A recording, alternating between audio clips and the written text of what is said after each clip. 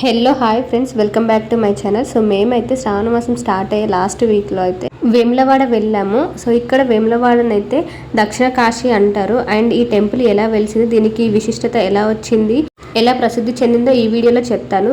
ఇక్కడికి వెళ్ళడానికి అయితే 3 రూట్స్ ఉన్నాయి. అదైతే కరీంనగర్, జగిత్యాల్ అండ్ హైదరాబాద్ నుండి వచ్చే వాళ్ళు కూడా ప్లాన్ చేసుకొని వచ్చేయచ్చు. కరీంనగర్ నుండి 30 కిలోమీటర్స్, జగిత్యాల నుండి అరౌండ్ 15 కిలోమీటర్స్ అండ్ హైదరాబాద్ నుండి అయితే అరౌండ్ 150 కిలోమీటర్స్ అయితే మనమైతే ఇక్కడికి రీచ్ అయిపోతాము. అలా రీచ్ అవ్వగానే మనకైతే బస్ స్టాప్ నుండి ఒక వితిన్ 1 కిలోమీటర్లో అయితే టెంపుల్ అయితే ఉంటుంది. ఇదైతే టెంపుల్ ఎంట్రెన్స్. మేమైతే నైట్ టైంలో ఇక్కడికి రీచ్ అయిపోయాము. మేమైతే సిటీ నుండి వచ్చేసాము. ఇక్కడికి రీచ్ అయ్యేసరికి అయితే చాలా నైట్ అయిపోయింది అండ్ రెయినీగా కూడా ఉంది. ఈ టెంపుల్ ఇక్కడ ఎలా వెలిసింది అండ్ స్వామివారు ఎలా కొలువయ్యారు అంటే, ఒకానొక కాలంలో రాజరాజ నరేంద్రుడు అనే ఒక రాజు ఉండేవాడు. అతను ఎవరంటే పాండవుల్లో ఒకరైన అర్జునుడికి మునిమన్వడు అవుతాడు. అతను అయితే ఒక బ్రాహ్మణుడిని చంపి బ్రహ్మత్య పాతకం చుట్టుకొని ఉంటుంది.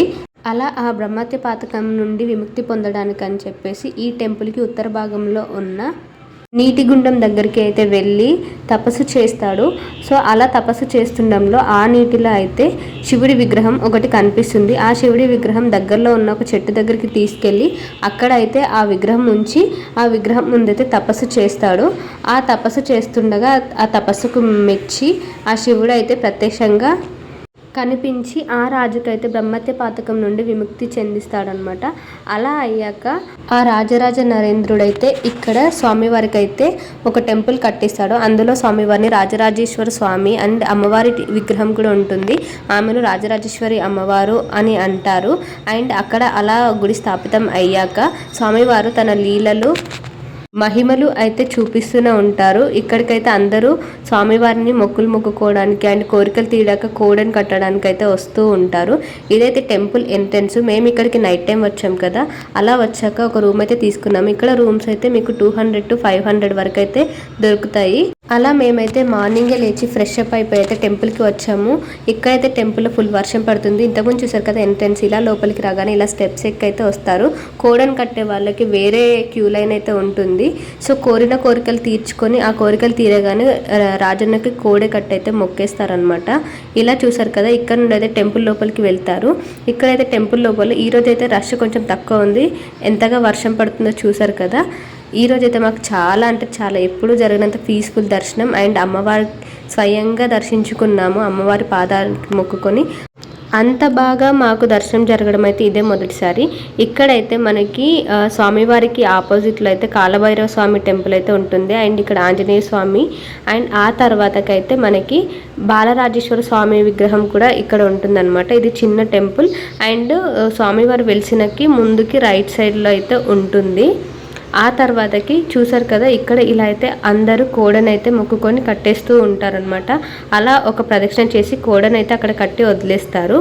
అలా కోరిన కోరికలు తీర్చే స్వామివారు అయ్యారనమాట. ఆ తర్వాతకి ఇక్కడ శ్రీవల్లి దేవసేన సమేత సుబ్రహ్మణ్యేశ్వర స్వామి టెంపుల్ అయితే ఉంటుంది.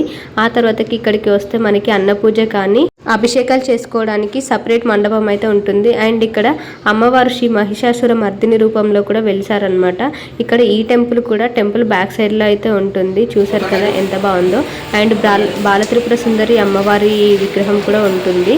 ఆ టెంపుల్ కూడా ఉంటుంది. ఆ తర్వాతకి ఉమామహేశ్వర స్వామివారి టెంపుల్ ఉంటుంది. ఇలా అయితే మేము ఇక్కడ దర్శనం అంతా కంప్లీట్ చేసేసుకొని ప్రసాదం అయితే తీసుకోవడానికి అయితే వచ్చేసాము. చూసారు కదా, ప్రసాదం కౌంటర్ అయితే ఎంత ఖాళీగా ఉందో. ఇంత ఖాళీగా ఉంటే ఎంత బాగా అనిపిస్తుందో అస్సలు.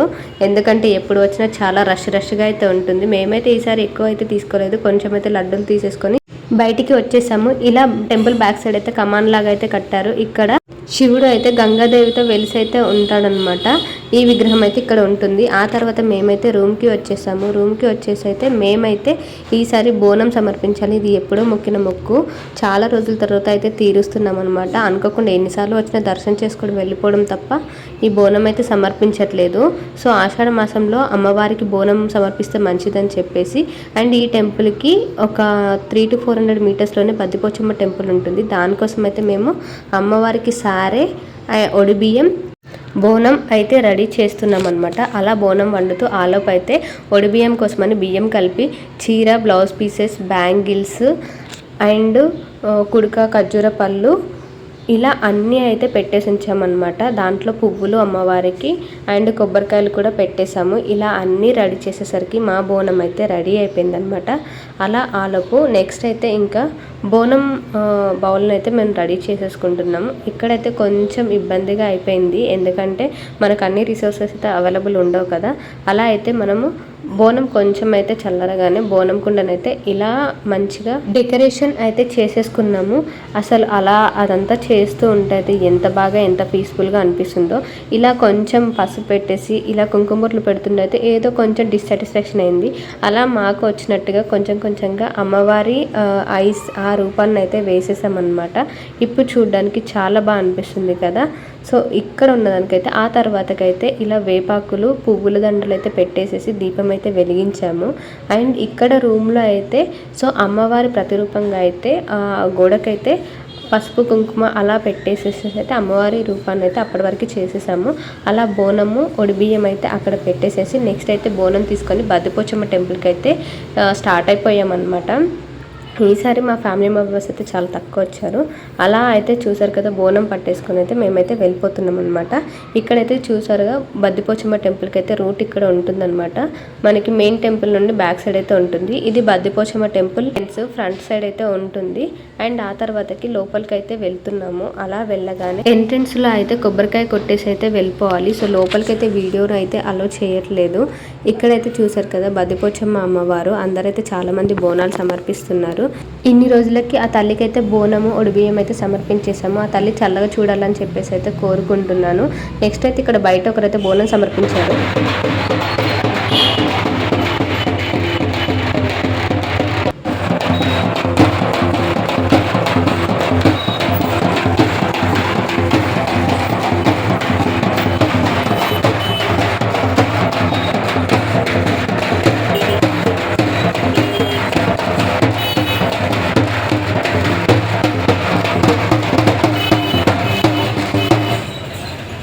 సో ఆ తర్వాతకైతే మనము ఇక్కడ భీమేశ్వర ఆలయంకి అయితే వెళ్ళొచ్చు. ఇది బద్దిపోచమ్మ టెంపుల్ నుండి కొంచెం డిస్టెన్స్లో ఉంటుంది.